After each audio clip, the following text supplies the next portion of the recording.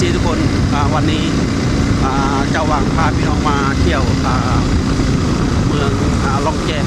แขวงไซสมบูรณ์ที่ประเทศลาวก็มีตอนนี้กำลังขึ้นไปชมวิวจุดชมวิวสูงที่พระราชวังเก่าของพระเจ้ามหาสิริกำลังขึ้นไปเมืองล่องแก้มจะเป็นเมืองภูเขาทางทิศเหนือของประเทศลาวเป็นภูเขาร้อยส่วนร้อยเลย100%เลยเป็นภูเขาประชากรที่นี่ประกอบด้วย3ชนเผ่าหลักคือชนเผ่าขมูแล้วก็ชนเผ่าโมงแล้วก็ชนเผ่าลาวกำลังขึ้นไปน้องครับปี2025พี่น้องเราจะหวังได้มาเก็บภาพบรรยากาศจะนั่งค่ายทหารรถค่ายทหาร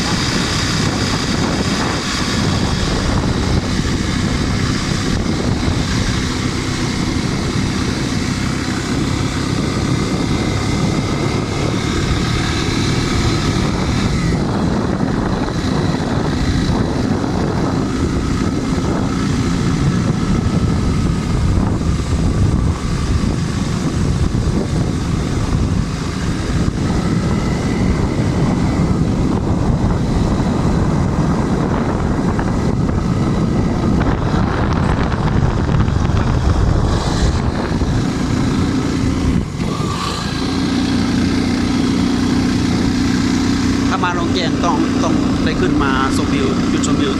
ตรงนี้ถ้ามาบ่อฮอดตรงนี้ถึงแสดงว่าบ่อฮอดลงแกงถ้าขึ้นไปเรื่องสุดจะได้ภาพบรรยากาศที่สวยงาม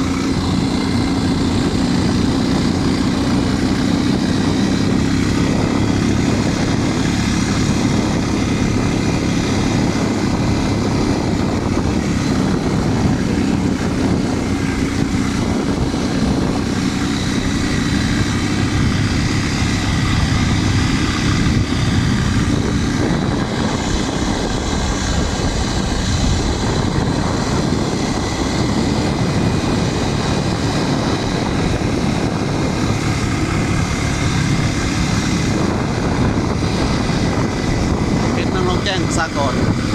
มีน้อยหลายพี่น้อยเพราะสากลน้อยโบนาเน้น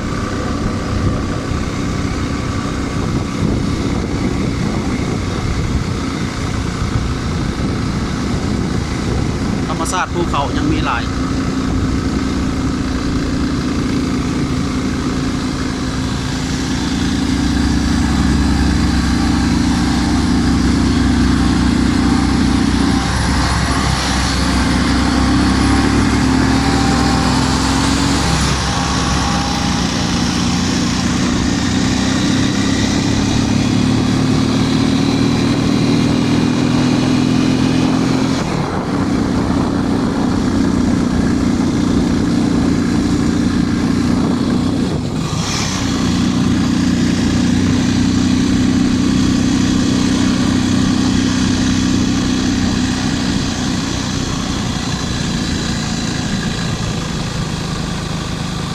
เขาจะเอาให้เข้าไปบอก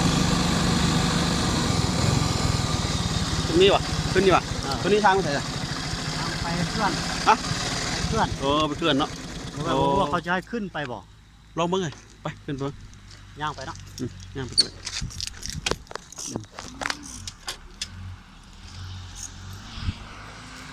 มาถึงจุดชมวิวแล้วพี่น้องเลยขอบใจด้วยพี่น้องเด้อที่เข้ามาชมวิวเด้อ